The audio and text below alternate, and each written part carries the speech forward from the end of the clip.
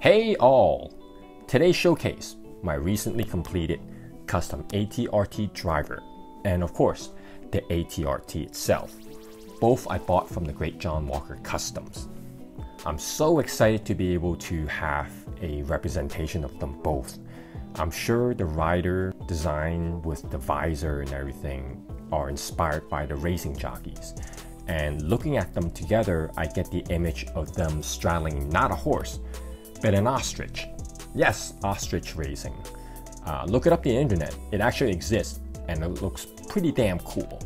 Now, it would be even cooler if you could strap a gun onto the animal. So enough fluff. Let's just jump right in and start with the ATRT rider.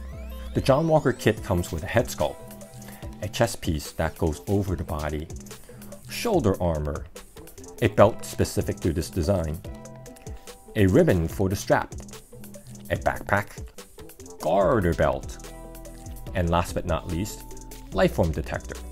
Not much I could say about this kit. It's a straightforward repaint from a bootleg clone figure. But the build is deceptively time consuming.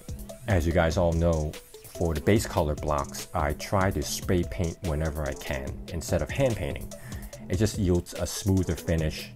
And yes, because of my impatient personality, I would have caked the paint on and it would have broken the illusion of scale. So as you could see with the silver bullets on the belt and the garter, I painstakingly painted not only the silver, but also some gold details. The color for this figure is quite a challenge too, as I cannot find a light green for the secondary color. So I achieved this by first spray painting the same green color as the rest of the armor, and then doing a light coat of tan color over the top.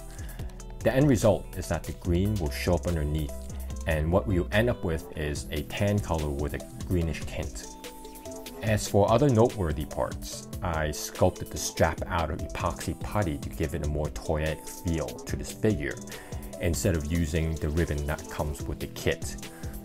I also didn't use the chest piece included in this kit because I'm guessing this piece exists mostly just to add the horizontal line on the chest. And while I appreciate this, I actually was able to scribe this line onto the figure itself. And finally, the lifeform detector. I decided to use Maltol chrome paint to punctuate the figure visually. This helps balance out the grime from the weathering, and it'll give it an extra sense of finish to this figure. One major gripe I have in this build, and you might have noticed it, is that I'm having a problem installing the shoulder armor for this figure. You cannot see it, but it is connected on the inside with a strip of soft plastic to give it more flexibility to the shoulder articulation. But for some reason, it just didn't want to stay down, and hence it kind of sits there in a wing-like position. This is something that still bugs me, and I'll probably go back and fix it at some point when I could think of a better idea. Overall, I like this trooper design very much. Only regret I have is that I didn't make it out of the new clone body mold. And this is important for all of you out there who wants to make this kit. The new mold has more flexibility around the legs to make it able to straddle the ATRT vehicle. I hope you guys are able to avoid the same mistake when you make yours. But then this figure is fine also. I'll probably display the figure lounging around next to the ATRT because I could just see myself accidentally knocking the rider off the ATRT and the brittle antenna will break off.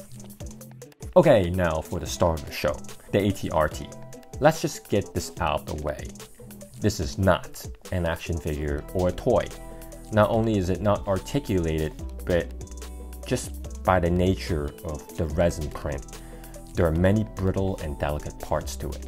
So don't expect to get it, put it together, and then play with it, or let alone even handling it. In fact, after filming this video, I'll probably find a nice safe spot on my shelf and then not ever touching it again. That said, I highly recommend getting this one for your display. It just adds a different scale sitting amongst your Black Series clones. Even if you don't spend on spending time painting this, and believe me, you spend a lot of time painting this, you can just build it and then spray paint it all white. It will achieve an abstract look to it that you could just put next to your figures and it will still look fantastic. As for what it is like building this vehicle, thankfully this kit comes in many different parts, so you could handle each individual parts pretty easily when you're painting it. But it is also a time-consuming project.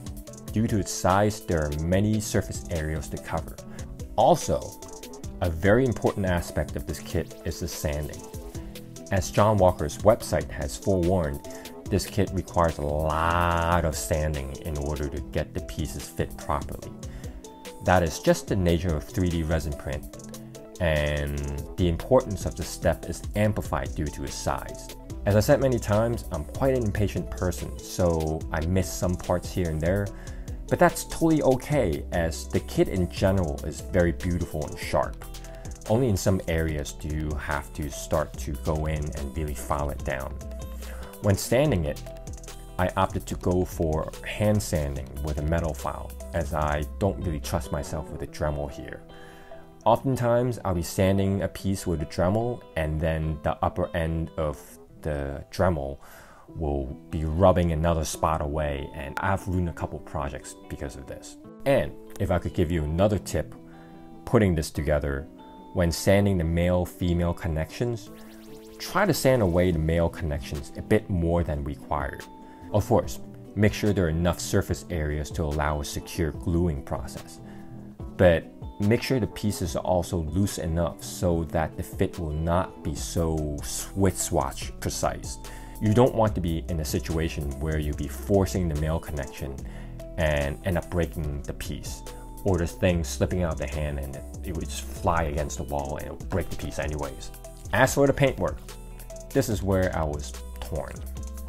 I had two choices. I could have gone with a more Star Warsy look. Now, what do I mean by that? If you look at how the AT-AT or the AT-AT and the AT-STs are painted in the movies, they are generally painted in a monolithic gray color. This color could be easily achieved by a light gray primer. But instead, I made the decision to paint it in a more realistic, warmer gray tone. In fact, the Tamiya paint I used is made specifically to match colors found in old World War II aircrafts.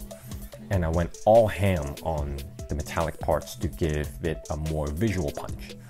A part of me still nags myself and think that I should have gone with a more Star Wars aesthetic. But overall, I'm still very happy with the way it turned out. So not much else to say. I apologize I wasn't able to film my process because it would have taken me even longer to get this thing done. One thing is, when I was doing the final assembly, I was debating on whether to secure this onto a base. In the end, I decided to do it. I realized that if the sucker tips over, something will break. So I could just see myself having a sleeve caught in one of the random protrusions and the thing would just go timber. And so I'm glad I was able to not only glue this thing onto a base, but also took some pegs and hand drill it onto the foot. So this thing is just not going anywhere. Anyhow, I hope you guys enjoyed this video. Again, I highly recommend getting this. I also wish one day Hasbro would produce a 1/12 scale ATRT for the Black Series with fully articulated joint. That would be pretty dope. Thanks for checking this out, and I'll see you all soon.